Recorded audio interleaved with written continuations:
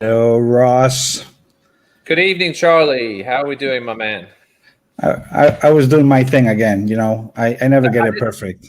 Listen, practice makes perfect. I didn't notice anything this week, so you'll still get a job for next week. Okay. Welcome to episode 16 of Talking Florida Rugby Occasionally, the number one Florida rugby podcast, the only Florida rugby podcast, but that's beside the point. 16 episode. We did take a week off last week. We had the AGM last weekend on Saturday. We'll get to a bit of that in a minute. But Charlie, did you do anything exciting on your weekend off other than check out the AGM? And we'll get to our awards for that in a minute. But did you do anything exciting on your week off with your extra time that you had free? Not really. No. Did you watch some rugby this weekend? We had a lot of rugby this weekend. Champions League quarterfinals with this.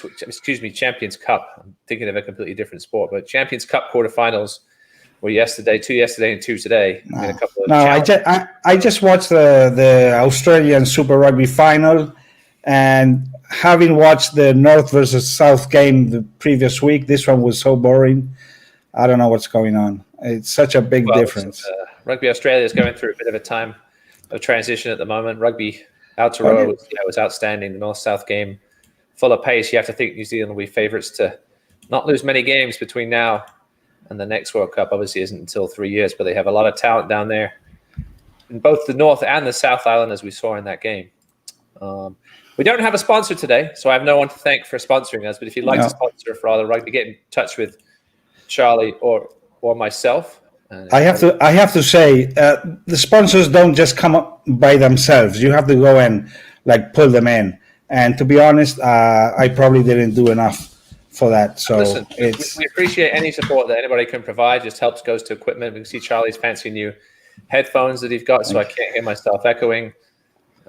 It clearly doesn't go to any photos on Charlie's wall or a new sofa, as you can tell, or rugby balls, because Charlie, did you pay for either of those 2 rugby balls behind you? Well, where I'm going to steal rugby balls? There's no rugby. I'm just waiting for something. I'm going to say I gave you that black and yellow one. Okay, fair enough. For services provided to Surf and Sevens, which we were hoping to have next month, but it seems like the COVID pandemic not quite clearing itself up yet. I think we're just going to have to look forward to next June. We already have Birmingham Moseley committed from the United Kingdom to my tournament in next June. So good enough. We'll have a nice little elite bracket. We are starting to see a little bit of rugby. Some clubs starting to practice with the protocols in place, which is nice. I think we went over the return to play stuff a few weeks ago, and there is obviously no contact yet, which everybody's being driven stir crazy by that fact. I think first rugby games we're going to have after this pandemic. I'm not sure I want to be reffing any of those, because I think maybe we're going to have a clip of the week, which we're premiering this week. We'll get to that in a little bit, which will show you hopefully what doesn't happen when we get back to rugby. Maybe they just play touch, Oh, man. Well, I saw they were talking about changing the scrum rules and everything in the UK at the grassroots level. But listen, I think we just wait until everything clears up enough for us to go back to rugby as it was. All right, our special guest this evening, we'll get to him in a minute, is Shane Young of Memphis Inner City Rugby. But before we get to Shane, we're going to have our 3 quick things. But before I get to our 3 quick things, some of you that are friends with me on Facebook will have seen a post. Matthew O'Hearn, a former FAU rugby player, also played for Boca Raton Rugby, unfortunately passed away over the weekend in Cleveland. So we had a good drink up at the Irishman on Friday night with a lot of the FAU alumni. And I know there was a bunch of guys got together today at the Boynton Inlet to remember Matty O. He was a a great character, a great player, and almost had a constant smile on his face. And Mario will be missed by many down here in South Florida, and obviously also up in Cleveland, Ohio as well. If I get service information before next episode, we'll certainly let those of you know out there who may want to attend up in Cleveland. But yeah, Mario, rest in peace, my friend. I'm not going to get too much further into that because I don't want to be crying on camera like I was over the weekend, Charlie. Okay. So let's move on to our 3 quick things. Some Florida women got some national recognition in the last few days, or since last episode, I should say. USA Rugby named 36 players to take part in an 8-week. Yes, you heard that correctly. 8-week women's Eagle camp. Obviously, those players that have jobs were probably not able to attend for 8 weeks. That's for sure. So they are also having 2 8-day mini camps as well for an additional 23 players. This obviously will all be happening at Infinity Park in Glendale, Colorado, which is now the 15th home for the USA Eagles. Head coach Rob King and his staff will be taking a look at a large group of women looking to make the next USA Eagles 15 squad. Obviously, next year's World Cup will be in New Zealand. Obviously, looking to make up some lost time during the pandemic. So the 2 players with Florida connections, as you can see there at the top, is Darian Lovelace from Naples. She played for Naples women and also for Life University, and also Natalie Costco, who you can see there below her, who played for Sebastian River High School and Indian River. So great to see 2 Florida products being named in that squad. And also Morgan Freeman, who you can see on the right there wearing her Lindenwood jersey. She received All-American honors recently at the D1 elite level, and she said she's playing for Lindenwood in Missouri. Did you know Morgan Freeman was in the movie Invictus, Charlie? I did when I did this search to get her pictures, and she was most of the pictures were her in the picture. She didn't look the same, but I guess it was her. Freeman, but yes, the other slightly older male actor, Morgan Freeman. But yeah, congratulations to all those women, and hopefully we'll see some more recognition as we continue to go through the season and get back to playing again. Hopefully, maybe at the U20s level. I know we've got some players looking to get involved at that level as well. So the second of our 3 quick things, which Charlie's going to move on to now. This popped up on my timeline just recently, and I said, huh? Which I shared it on Facebook today. I got a few similar reactions to this. So there's a Miami, let's start again. The World 10 Series is a 10s tournament they're hosting in Bermuda, of all places, which I think just got smacked pretty hard by a hurricane, if I'm not mistaken. But apparently they've bounced back from that okay, and they're going to have the crazy thing is it goes over 3 weekends, so I'm not sure if people are going to be staying there for the entire 3 weeks. I would stay. Bermuda, not a cheap place to get to or from or to stay, as my dad found out when he broke his hip there a few years ago. But yeah, so they're going to have this 10 series, which is privately owned team, so privately funded. And they'd announced a few teams already, including one out of Ohio, the former Ohio. Well, they're calling themselves the Ohio Aviators. And for those of you that might remember, that was a team in the original Pro Rugby, which only lasted the 1 season. They have a new American side was announced recently, the Miami Suns. Well, yeah, the Miami Sun, the logo says. The release said the Miami Suns, but we used to have the Miami Soul here. You remember who they were, Charlie? The Miami Soul? Not really. WNBA. We used to have a WNBA team here in Miami called the Miami Soul. It's not the same group, I don't think. There's always rumors about who it might be. They said they're going to name a world-renowned head coach in the near future for this tournament. So somebody's clearly putting up some money for this, whether it's the MLR group. I know I talked to Ronnie Suarez today trying to see if he knew anything about it, coach of the Stormers and FIU men. And he didn't know anything about it. You would think he would have heard if there was something going on, but no. He thought that perhaps maybe Tiger Rugby with Paul Holmes out of Lakeland might be involved, but interesting to see. So I'll assume there'll be broadcast. It's going to be one of the first proper rugby tournaments to be broadcast to happen after the pandemic. Obviously, Bermuda as an island can sort of screen itself off. I'm sure everybody attending and playing will have a COVID-free body, I should say, and being checked for the virus. So it should be an interesting time out there in Bermuda with the Miami Sun. I assume we'll hear some news about it in the upcoming weeks, but for now, it'll just remain a mystery. Yeah, Miami mystery. Yeah. Somebody did suggest on Facebook that perhaps the Tridents and Miami RFC had got together.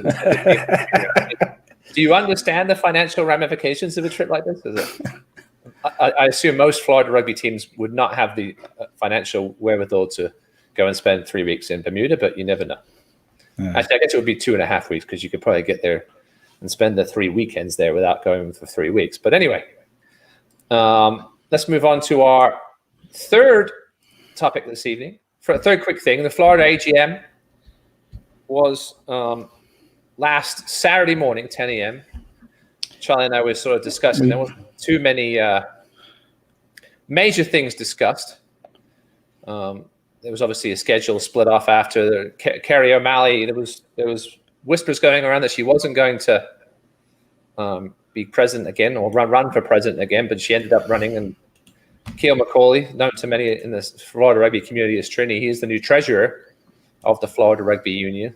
And then after the main segment, the two men's and women's clubs all split up for their scheduling, which is the usual nonsense about some teams want to start in November, December, some teams don't want to start till January. So I didn't hear full reports of exactly what the end of that discussion was, but I don't think we're going to have any 15s for sure until January.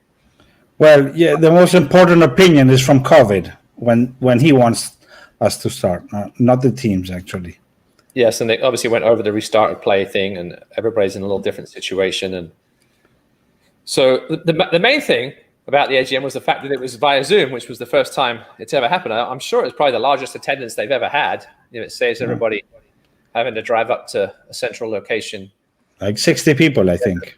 Yeah, I think we had 60 people. I think almost every club was represented, which is great. And there were some interesting discussions about certain subjects, which I'm not going to get into on this podcast, but we'll see what the results of the AGM do bring. I know they added a new board member as a referee representative as well. So a closer relationship now between the FRRA, which is the Referees Association, and the FRU, which I think could only be a positive thing. But Charlie and I, of course, as we always do, being a video podcast, we're always interested in what's going on people's screens. Now, Charlie came up with a great list. I'm going to give Charlie all full credit for this idea. And he went back and pulled some screenshots from this AGM, and we're going to give out the first annual TFRO Zoom awards for the AGM. Now, some of these are entertaining. Some of these are. I wouldn't say any of them are embarrassing, Charlie. But hey, it's all for fun. It's all for. Of course. Yeah. Listen, we're here as a fun podcast. We do provide some useful information at times, but we're obviously not here to embarrass anybody. Listen, I don't think anybody did that in a ridiculous way, except maybe a certain family member of mine. But we'll get who. So, Charlie, let's bring up the first award, which is for the most entertained. Who appeared to be the most entertained member of this Zoom meeting? In a sarcastic way, of course. Sarcastic way, of course. So they looked highly unentertained. And this was tied. We have two. We did have a tie in this one, and the first category, the first winner of a TFRO Zoom award happens to be my father, John Davenport. Now, I'm not sure exactly what was being said at this exact moment, whether it was somebody in the background saying something, or whether it was somebody on the Zoom call saying something. I didn't say anything. There's another shot of my dad in the middle of the Zoom reading the newspaper. Listen, older folks sometimes don't understand that they're always on camera unless they turn their camera off. And my dad just seemed to forget about it, giving the Palm Beach Post a bit of advertising. We also had a co-winner in this one, which was Mick Graham of Brevard, who looked highly entertained. His neighbor to the left here, Charlie, I'm not sure who that is, but he almost looks like he's asleep. Maybe, yeah. Graham gets the award for. I have a Zoom icon that looks similar to that, with it rolling his eyes, which most people do when they're sitting in a Zoom. But you need to remember that you turn your camera off before you do these things. And Mick Graham does not look entertained there at all. So those are our co-winners of the first category, the most entertained. The second award tonight goes to the most active Zoom participant, which happened to be Jared Lanza of Daytona Beach. Jared decided it was a great, listen, I give him credit. He decided it was a good time to work out, something I don't do enough in the middle of the Zoom meeting. So here's a view of Jared from what looks like the floor of the treadmill. Yeah. Drinking water and listening to the Zoom. He clearly just put his phone down and didn't realize you don't need to be on camera in order to participate in the Zoom. You can just listen. So Jared, and then after Jared worked out, he decided he needed some sustenance. So he decided to get on camera and proceeded to get himself tossed out, I think, of the Zoom Yeah. at one point, or at least muted by. He was kicked out until he finished his meal because everybody was getting hungry watching him. I'm not sure what he was eating, Charlie. I'm going to assume grilled chicken breast because that's what people eat. People that work out, that's what they eat. Or so I've been told, and vegetables, stuff like that, green things, which I don't touch enough. All right, our third. How many awards? We have 11 awards. Okay, we'll get through these quickly. Our third award is our best comeback. Now, Ryan Forston of South Florida Rugby. It was great to see him on Zoom. Obviously, they got approved as a new member of the Florida Rugby Union. Ryan has been running a sevens program for the last couple of these summers. Now he's onto the 15 side of things. And this was Ryan's picture when we first got on. We couldn't see Ryan other than his forehead. That's all we could see of Ryan. But he made a nice adjustment, adjusted his camera, and came back with a solid beard that we haven't seen, a solid pandemic beard. He was brushing the beard nicely during the like a boss. So that was our second award winner, is Ryan Forston with the comeback. Good stuff, Ryan, and good luck with your team this season, SoFlo RFC. Our fourth award is the best dressed. Now, this, Charlie, was a runaway victory by the Secretary of the Florida Rugby Union, Rick Comiskey, who decided to dress up in a shirt and tie. Whether he was wearing pants, I cannot confirm. I certainly hope. But he wears, I think it's a Miami. I'm going to assume it's a Miami tie. A very well done collar and very well done tie, and a nice blazer, which I don't even own one of those, so I couldn't put it on at all. But well done, Rick Comiskey, for that, winning the best dressed award. Our next award is the most fans. Now, not fans as in round of applause, we love you fans. We mean most fans over his head. Roy Monk with 2 fans in one room. Not something you often see. But credit to Roy, he's the president of the Florida Rugby Referees Association. In this room, he had 2 fans, which I have installed 1 fan, Charlie. Whether I wanted to install 2 fans is another story. But you should always avoid fans in Zoom meetings. We'll get to another one in a minute. Yes, you always tell me you're always ripping me about my backgrounds when I have a fan in there. Today it's just my kitchen because we moved the house around a little bit. But the next award is the cutest appearance. This was not given to me, unfortunately. I don't know who was voting, but this was obviously Ronnie Suarez's daughter appearing. And actually, Ronnie is a double award winner in this. Yes. In this, so we'll get to him again in a minute. We also, I think we had 2 double award winners, Ronnie being one, but always good to see the rugby kids running around. Now, Charlie already posted the name of this award before posting the picture, which may scare some people. Biggest balls on screen. This is family friendly, and that will go to Jose Bermudez with his big Trident's ball behind his head. We did see some inventive sort of fake backgrounds done by those that seem to use Zoom more frequently than others. So Jose Bermudez, we obviously had an episode with the Tridents a few weeks ago. It was great to chat with them. You can go back and watch that on YouTube or Facebook or on your favorite podcast platform. So we have a second fan award here, best fan on head, which is another repeat winner, Mick Graham, with the fan right above his head. At least he looks more interested in this photo, Charlie. But it seems to be moving. I'm not sure if Roy's fans were actually moving. This one was clearly spinning. Will tend to distract those that are watching you in a Zoom meeting. Obviously, nobody was really paying attention to Mick, so it wasn't a big deal.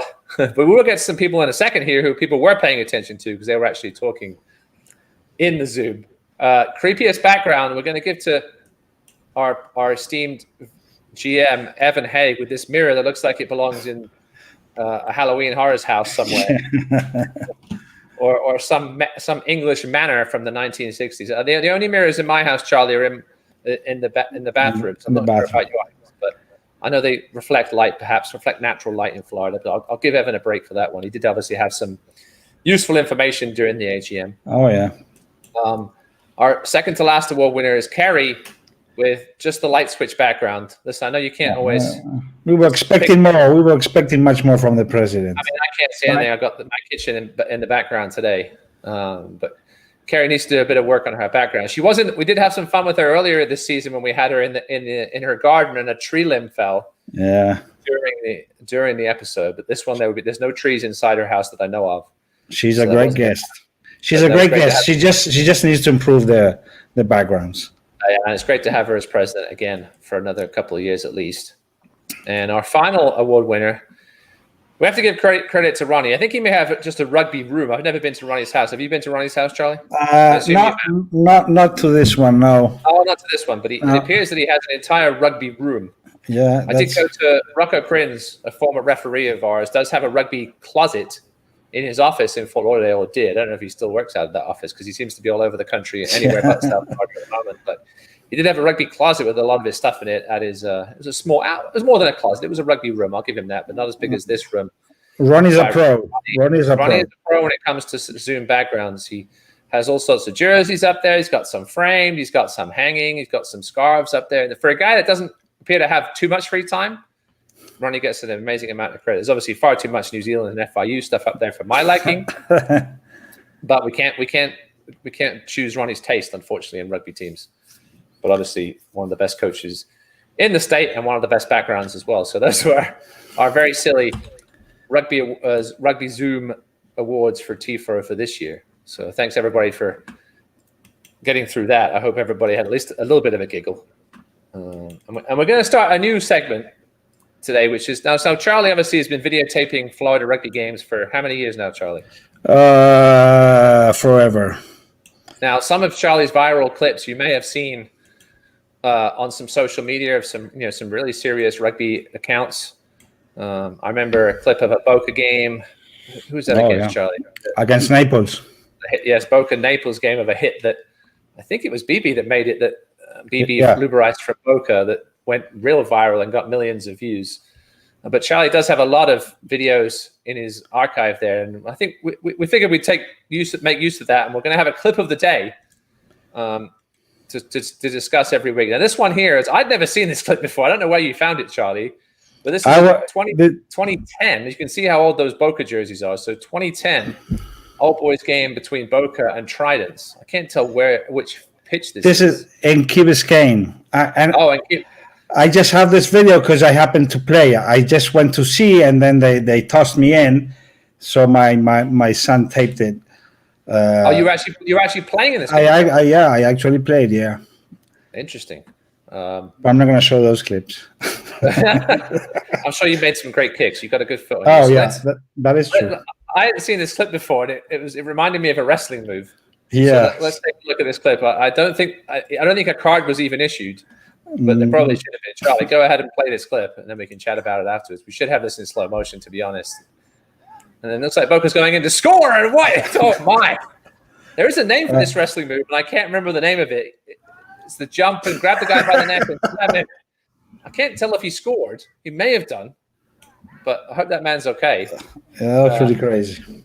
In this day and age, it would definitely have been a red card and a pretty simple one to give. I'm not going to name the referee who it was in that contest, but when we get back to playing rugby, do not tackle like that. Please try to keep below the collarbone if you can. All right, so that was our clip of the day. We need to come up with a fancy graphic for that, Charlie, as well. Yeah, well, this was last minute thing, so no, it was definitely. But I like the idea because you have such an archive of great clips, and we can certainly throw some of the ones up there that have gone viral that people may or may not have seen. But we've got a ton of those, and that was an entertaining wrestling move. I wish I could remember the name of it. It's not, maybe a DDT. Maybe if somebody's in the comments and confirm that in fact is a wrestling move. Do not do any. I've seen some pile drivers in youth rugby here. I remember at least Lucas red carded the kid. He just pile drive, picked him up off the deck and pile drived him. But we do not suggest using any any wrestling moves on the rugby pitch. All right, that's enough for the nonsense. Let's get to the real reason we're here. This man is a Florida rugby product. We'll get to a bit about his rugby history in the state of Florida in a minute. But he's taken his talents, his executive talents, and I guess he's still playing a bit of touch rugby here and there, so his rugby talents as well, up to Memphis, Tennessee, where he's done great things with Memphis Inner City Rugby, and that is their co-founder and executive director, Shane Young. Shane, welcome to Talking Florida Rugby occasionally. You did join us once before during the Cam Dolan episode, I think it was. So welcome back. How are we doing up there in Memphis? Oh, thank you. It's great to be back. It's actually an amazingly beautiful day here in Memphis. We finally just got to a little cold weather coming in. So for a Florida boy like me, it's nice. Nice season change. Now, when you say cold, 60s, we're talking 60s? We're talking 60s today? Yeah, it's in the 60s, 70s today. So a little nice, cold, brisk front. Jealous. I think yesterday here I think it was the hottest day it's been since June. It was 98 or 99 here yesterday. So Oh, I'm certainly gosh. jealous. We're supposed to get some kind of cold front here on Tuesday. It may get into the 70s on Tuesday, maybe even the low 70s. So that'd be nice. I'll be hoping for you. So Shane Young, originally from the west coast of Florida. So obviously your dad, Steve Young, many of you out there may know as a coaching legend in the Florida community. Talk about how you got into rugby initially, and sort of some of you. I know obviously you played at a pretty high level as a youth. So take us a bit through your rugby history, your early rugby history, before we get into the current stuff. So we're actually, my family, you mentioned my dad, and we're actually from New Jersey, where he helped get New Jersey rugby going with the Morris Lions back in the Stone Age, I would suspect. Yes. And then, we were living in Hackettstown area, New Jersey, and there was a local flag rugby league K-8 called Long Valley. And I was a football player, and my dad introduced me to the sport, almost kicking and screaming because I wanted to stick to the sports that I, liked and loved, and brought me out to rugby, and then fell in love with that. Shortly thereafter, we moved to Naples, where there wasn't any high school rugby. And so my dad does such a legendary thing, and he's helps us, start a rugby team at our high school, Palmetto Ridge, which became the Naples Bears, and the rest is history. Yeah, you talk about Naples Bears. I think you won at least one state title back there. I remember when Cam was playing, we were talking about that during his episode. And how far you guys got pretty far into the USA youth system, correct? Yeah, I got to go on a tour over in Europe for the U18s before I got too old. So had some success playing scrum half, and really enjoyed that, and more so enjoyed watching Cam go all the way through the Eagles and playing the World Cup, and just what a cool thing for everyone in Florida, especially us having played with him. Yeah, no doubt. It was a great episode we had with him. We've got a few other Florida folk that have made it as far as the Eagles to get on the show as well. Now, so where did you take your rugby career after you finished playing high school? So after high school, I went to Florida Gulf Coast University, so I wouldn't go far, right? Just from Naples to Fort Myers, and FGCU didn't have a rugby team. So I played for the Hammerheads, just men's rugby from my freshman year to my junior year, which would have been, 2009 to 2011. And then my senior year at FGCU, there was already so many college guys at that point playing for the Hammerheads. Everybody's looking for some leadership, and it just seemed right. We started there in 2012, the FGCU rugby team. So I played my final season of my college years for my college team after 3 years with the Hammerheads. Gotcha. And then what was the next step in your personal life as well? Where did you end up after that? Then right to Memphis, right after graduating college, after that senior year with FGCU rugby, accepted to Teach for America. It's like a nationwide nonprofit. They take young leaders, whether you major in education or something else, to go to an area that has a big deficit, in academic, an academic deficit and a lot of impoverished areas. And so they sent me to Memphis right after I graduated college. And so I was 22 when I got here. Nice. And how's the rugby? I'm familiar with Memphis rugby history. I don't know if it's one of the sort of better rugby areas in the country, but I know Middle Tennessee is more on the Nashville side of things. Obviously, Knoxville being way in East Tennessee. How is the rugby scene out there in West Tennessee when you got there? Pretty rich rugby history. The Memphis Blues rugby club reminds me a lot of the Naples Hammerheads, the team I played for. A really rich history back into 70s and 80s, and they have their own rugby pitch, right in the middle of town. And I got to play for them for a few years when I first got here. And there was also even some healthy youth rugby infrastructure here. Some of the private schools and suburban schools had rugby when we got here. And, we just filled a gap in the inner city where we saw one for rugby. But there's a pretty good rugby infrastructure here. All right. So you played a little bit there. And then I know I've read the story, obviously, on the website about how Memphis intercity rugby got started, but maybe you can tell us in your words how things got going. Well, that program, Teach for America, I mentioned, when we're doing the training for that, it's like a teacher boot camp almost. I meet Devin O'Brien, who then becomes the co-founder of MICR. There he is right there in the picture. And so today he's actually the executive director for Harlem Lacrosse. It's like a similar nonprofit, sports-based youth development in Harlem, New York, using the sport of lacrosse. That organization's a lot older. And as soon as after Devin got his experience co-founding MICR, they hired him to lead their program. So anyway, just a little side story there. But him and I got together. He played rugby at Colby College in Maine, and he's from New York.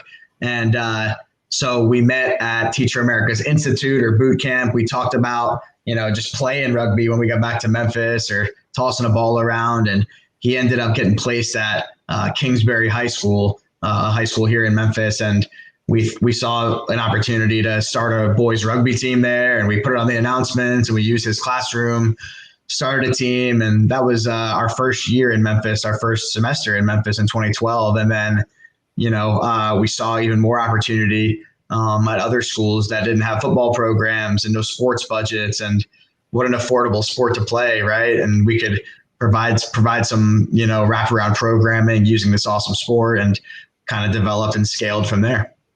So you were teaching at that time before getting it started? Yeah, I was teaching elementary school, English as a second language, third grade.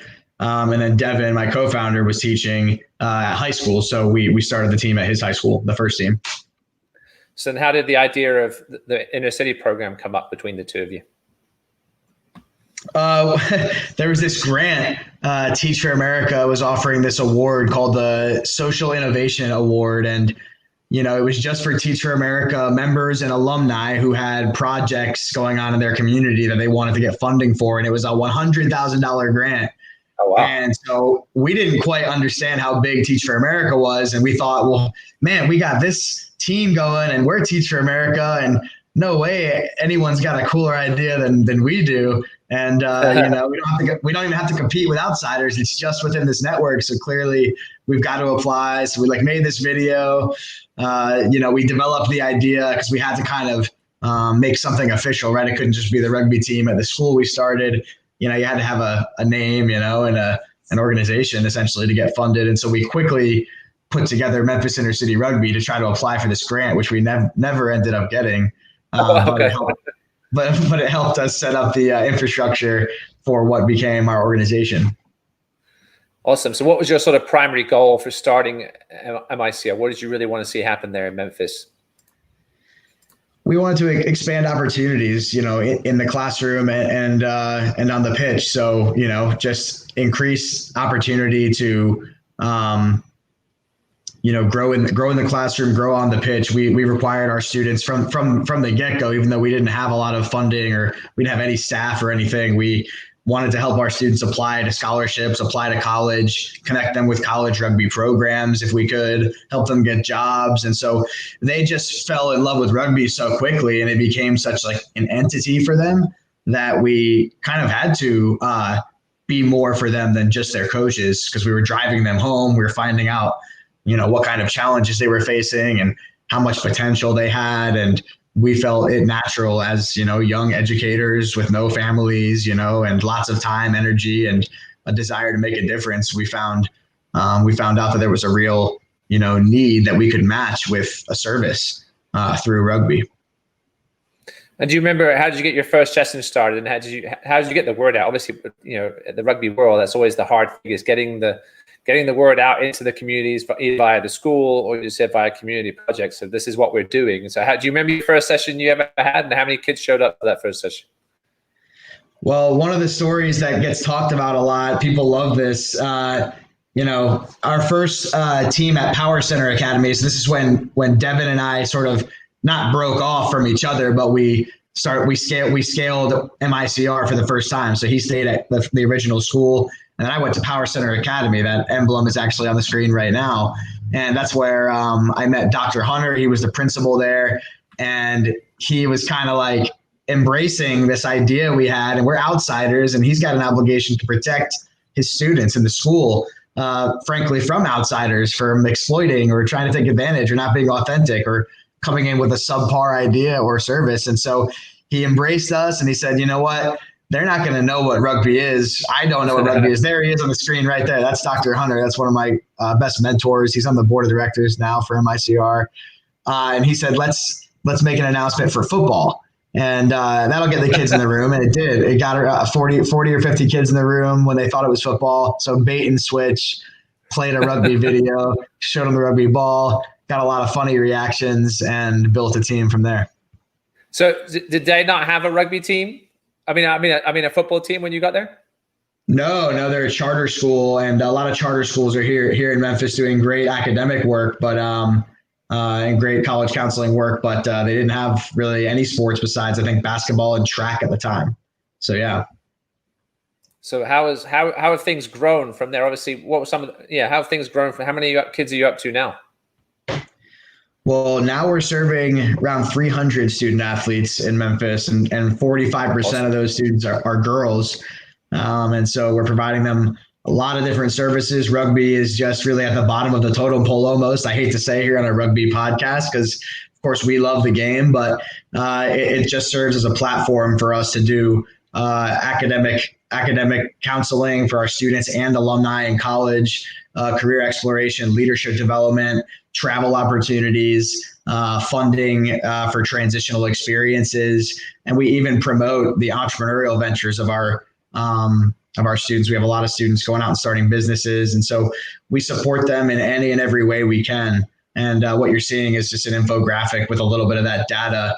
One of the things I'm most proud of that you can see on the numbers on the right is that of our 30 coaches in MICR, 24 of them are alumni, meaning they've graduated from high school here. They're typically attending college locally or working locally, and they get paid part-time to, deliver the programming that helped, influence and guide them through high school or middle school in some cases. And we've been able to just this spring put $60,000 into the pockets of our alumni coaches who definitely are, putting that to good use. And so also exciting that you might not see here is that we have elementary rugby now. We have 4 elementary school programs, and they compete in flag rugby. And we're so excited to get back on the field as soon as it's safe with those students.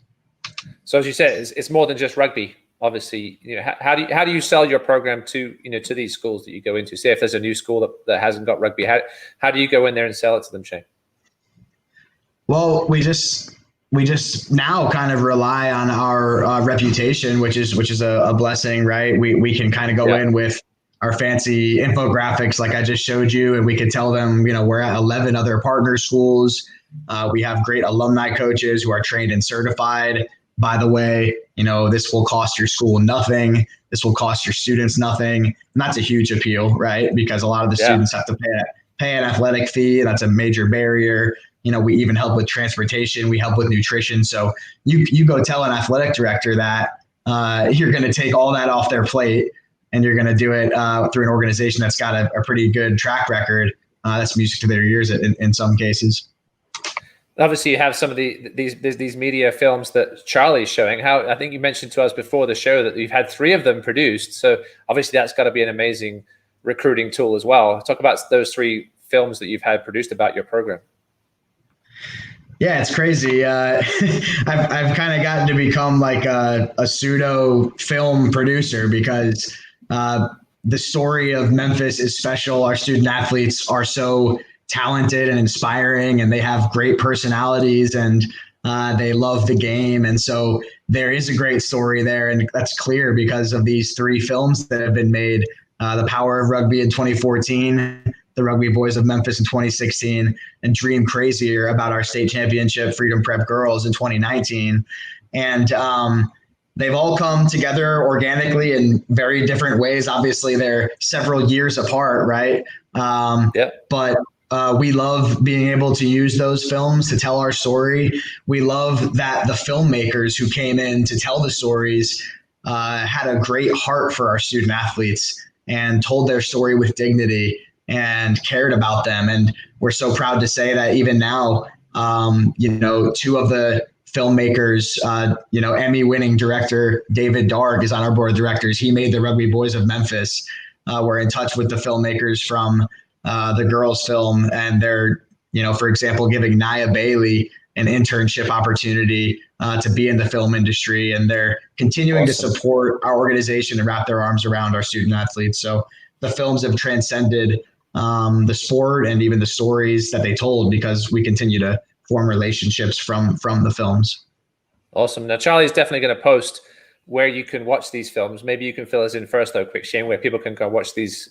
I'll call them movies, because that's pretty much what they are, right? Well, they're all short films, and yeah. So the Power of Rugby is on YouTube. Just go to the Memphis Intercity Rugby channel or type in the Power of Rugby. That'll come up. That's the 2014 film. The 2016 film, The Rugby Boys of Memphis, is on Amazon Prime.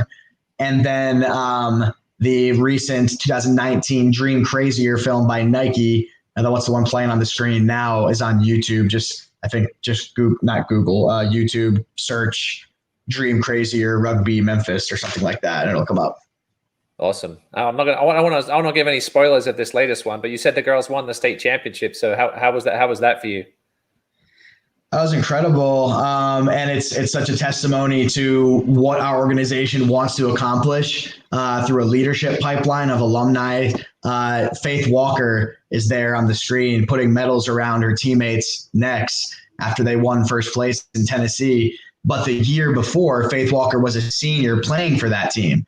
And so that's a 19-year-old head coach leading a team to a state championship in a pretty competitive rugby state of Tennessee in terms of youth rugby. And so I don't know if you can find that story anywhere else, which is why it makes sense to me that they came and made this film. But what an incredible inspiration Faith Walker is. And so watch that, because you'll get to hear from her, and she's awesome. I'm ashamed to say I haven't watched either of the three yet, but I'm definitely going to check them out as soon as I get done here, either tonight or tomorrow. Awesome. Now, talk about a typical week for you, Shane, as co-founder and executive director as MICR. Where do you spend? Obviously, I assume fundraising is a big part of it, but how do you spend a typical week, perhaps during the season? Well, it's kind of crazy. It changes a lot. So I'll give you a brief picture. During COVID, we were spending every day ransacking grocery stores for nutrition, toilet paper, and supplies, because our alumni coaches were in my garage assembling bags, and we're delivering them to our students and families and their neighbors so they can all stay home. So, that was our budget for the spring, right? Because we were supposed to travel and take kids all over the country to tournaments. Everything got canceled. So we spent our resources in that way to provide that service. And so my day looked very much hot, sweaty in the garage, sort of delivering orders that we got for supplies. And then now it's changed a lot. We're still doing that service, but we just hired our first ever full-time program coordinator, who is an alumni of our program. So Jordan Young, no relation to me, but who played for me back in 2012 as a freshman in high school, and has now graduated college with a degree in math. And he's working for us full time. So I'm training him every day. And we are doing our social distant rugby development sessions. And we are providing online virtual support for our students right now in what we call MICR Academy. And we're doing that all through his leadership. And I'm just training him every day. So that's kind of what it looks like now. Great stuff. So how big of a staff, other than you, full-time wise at MICR? So there's three of us. There's myself, and I'm executive director. Jordan, like I mentioned, is our brand new program coordinator. And then Andrea Wensitz is our fantastic director of alumni support and engagement. So all that coaching leadership we get and the scholarship dollars we help our alumni achieve, and their success in college, in the classroom, and retention rates, and earning degrees, opportunities, scholarships, that's all her. So major shout out to Andrea. Good stuff. Now, I mentioned fundraising earlier. I know, obviously, for every rugby club out there, every rugby organization, I should say, fundraising is one of the biggest problems. You obviously came in, started from scratch. And how was fundraising back at the start, and how much different is it now? Obviously, it seems like you've got a great financial base and a number of supporters that help you guys out. But how's that journey been on the fundraising side of things? No magic bullet, just like every rugby program seems to start, or even carry on with to raise money. We did a lot of crowdfunding and GoFundMes, and shout out to so many people in Florida who actually were the first investors in Memphis Intercity Rugby, because Great. when I got to Memphis, I didn't know anybody, but I knew a lot of Florida rugby people, and they chipped in to give us a start.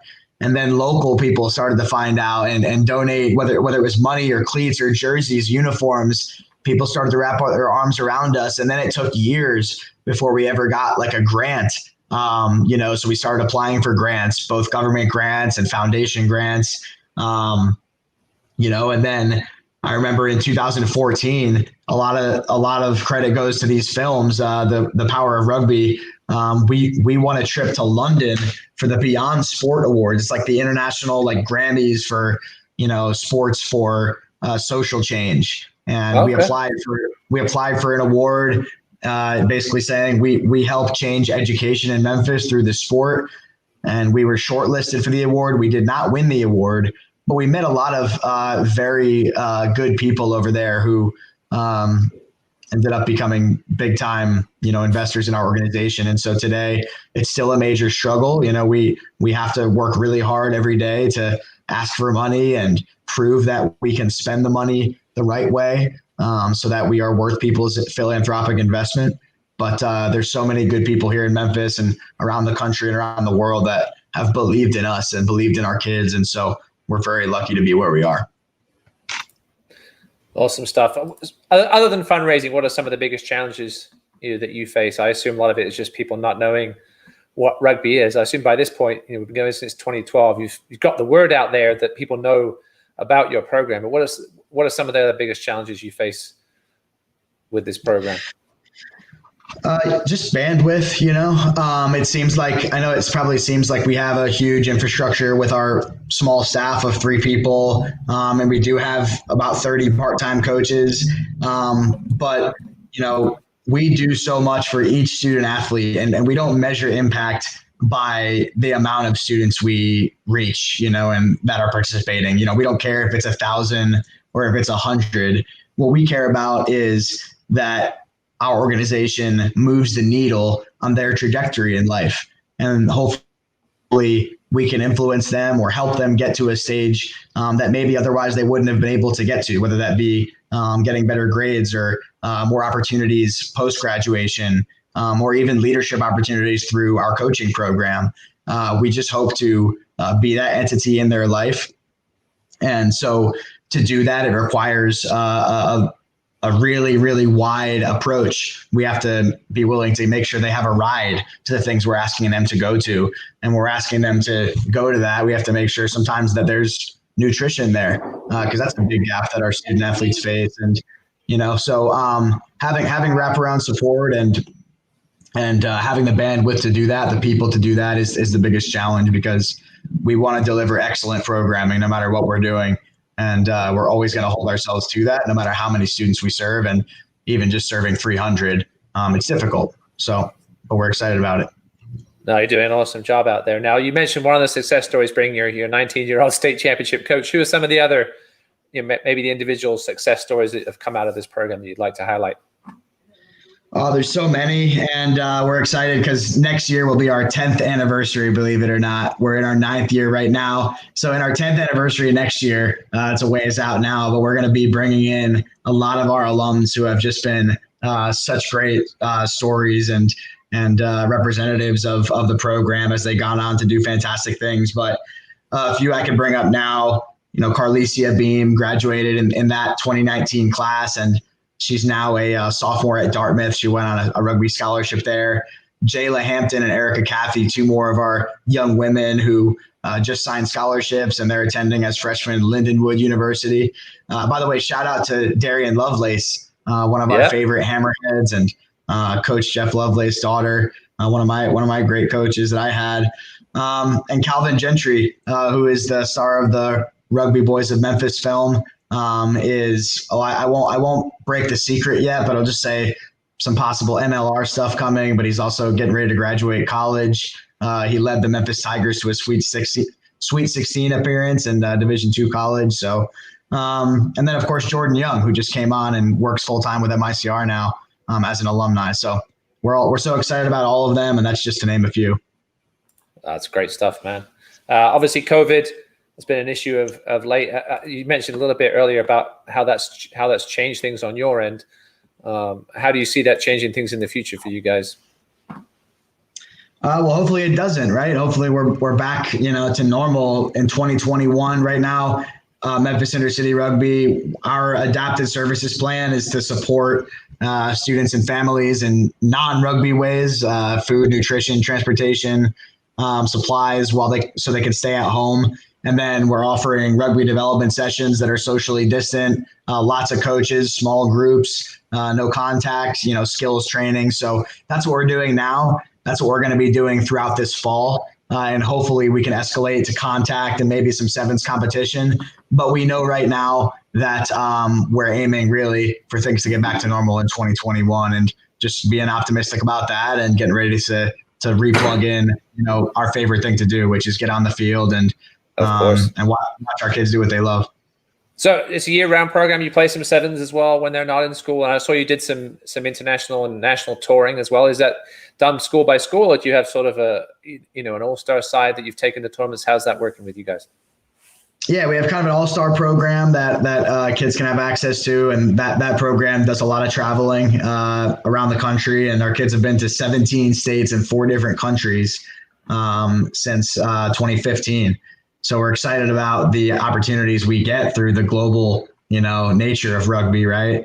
And so what we hope to get back to that, and in our competition, we're going for the city championship this fall. Nothing state championship or region championship this fall. We're gonna save that for next year. Okay, so how many total teams are there? Just maybe not all of them obviously involved with your organization, but how many total teams in that Memphis area, high school wise? Well, just within MICR, there's 11, and then I think the entire West Tennessee region would be 15. Okay, so definitely a good amount there. I know I spoke to Sean Simon, who's been involved here in Florida with the Boynton Bulldogs rugby organization. It's obviously similar inner city situation there. I know before the show we talked about how you met up with him. Have you looked at? He couldn't join us tonight. We did ask him to join us, but have you looked at doing any, sort of having a sister organization in any other cities, or looking to expand MICR perhaps in the Tennessee area or anywhere else locally? Definitely, it's ironically something we've fallen backwards into, is helping mentor other programs. In fact, we've helped Dallas Youth Rugby, which is a mission-aligned initiative down in Dallas, Fort Myers Youth Rugby, now under the Hammerhead Youth Rugby umbrella. We even met with Simon before Boynton Beach was started, and we admire the work he's doing and think it's so impactful. We've helped out with a group in Baton Rouge, Chicago, Play Rugby USA in New York, and now we're helping a group get started in St. Louis. So if there's anybody listening out there who wants to get some kind of rugby initiative started that is aimed at making a difference off the pitch for usually a low income community where rugby maybe hasn't reached yet. It's not something we do actively or intentionally, but because we have so much experience, almost 10 years now, our organization wants to be there for people and groups that are interested in doing that kind of work. Good stuff. Yeah, mate, you can obviously check out, find Shane's information at memphisintercityrugby.org if you're interested in finding some more information about their story and how perhaps you can get involved in your local community. Before I let you go, Shane, I just want to ask you, obviously you've had plenty of success, as you said, on the field with the state championship and stuff, and off the field as well. Where do you see your proudest moment as being? Maybe not just one specific moment, but what do you see as your greatest impact within the Memphis community and the rugby side of things? Just seeing the way that our kids view rugby and the organization as such a family and like a centerpiece fixture in their lives. As I said, we have so many alumni coaches, 23 out of 30. And so they believe in it so much. They are now the leadership that we need to deliver our programming. So it's such an impact loop, if you will. And I'm just so proud to see that. These kids care about each other. They care about the sport. They care about what the organization means to the communities.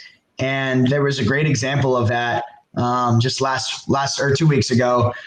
We launched like an offhand fundraiser for a girl, an alumni of ours named Naya, who is needing help with some transitional costs as she gets this once in a lifetime opportunity to go start her filmmaking career in Los Angeles, thanks to the directors of the film Dream Crazier. And we launched this all fan fundraiser. We don't do that a lot, but shared it. And two of the first donors were two other MICR alums. And those are kids that are in college and certainly not in a position to be donating. You know, Right. they need to be on the receiving end of donations still at this point. And so my heart was just warmed by that, and it showed me that this is working. I think that people really care about this, and we'll always look to listen to and learn from and follow the lead of our alums, because they really created this, and they care so much about it. We're going to want it to be what they want it to be. Awesome. Well, Shane, I appreciate you taking the time to join us tonight. This is one of those stories that I don't think gets enough love down here in Florida. The amount of work you're doing up there with this, amazing sport this weekend. It's been a tough weekend for me because, again, a friend of mine passed away, and the amount of love we got on Friday night as a sport, and the amount of people we talked to, and I said, look, this is what rugby's all about. It's all about the family and the brotherhood and the sisterhood, and you've brought it to a city that didn't have rugby before you got there at the inner city level. And I'm hoping people watching, even if one person watches the show and decides to get something going in their city, or perhaps donate to the cause, then our job is done here at Talking Florida Rugby. So no, we're all proud of you down here. I know it seems like a long way away up there in Memphis, but maybe we'd love to see you guys get an all-star team down here at some point, maybe playing at Surfing Sevens or at Rugger Fest when that gets back going again, or any of the other tournaments that we have down here in the Sunshine State. So I just want to let you know we appreciate what you're doing up there, Shane. Thanks for joining us again.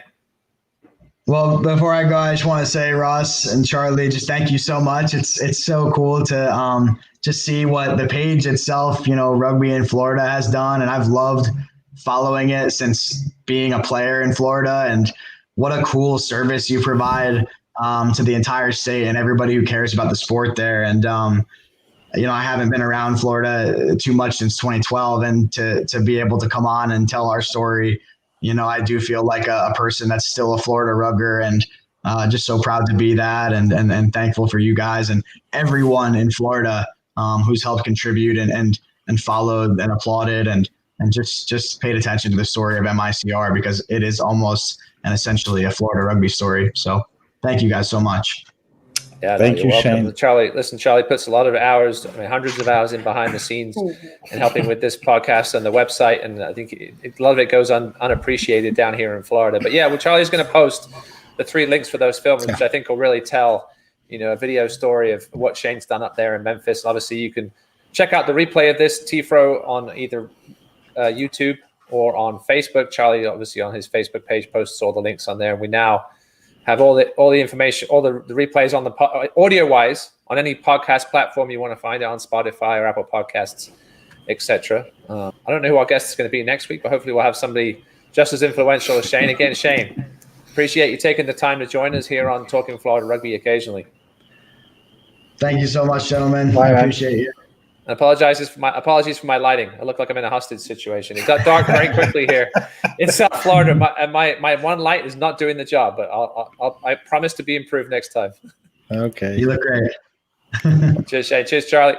Bye-bye. Bye, guys.